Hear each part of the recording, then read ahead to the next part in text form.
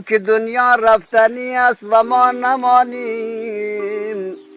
بیا تا مهربانی پیشه سازیم، به پول و مال خود خیلی ننازیم.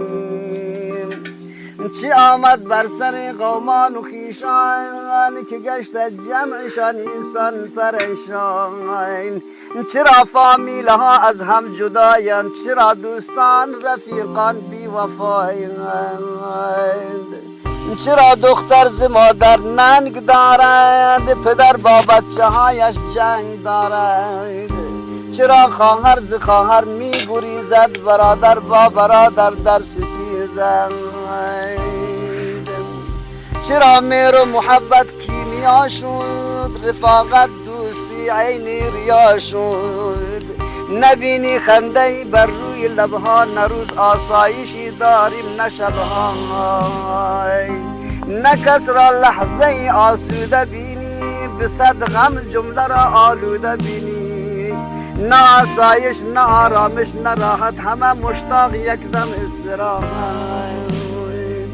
نبینی یک نفر را که کسل نیست، پر از دلها و جای درد دل نیست.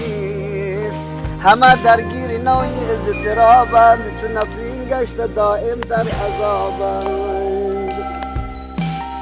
به خداییم عزیزان راه کج شد، از این روز زندگانی ها عوض شد.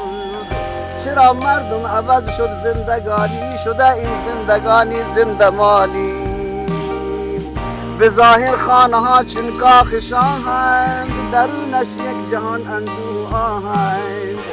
در اون دیوارها کاشی و سنگند، ولی هر خانه میدان جنگند.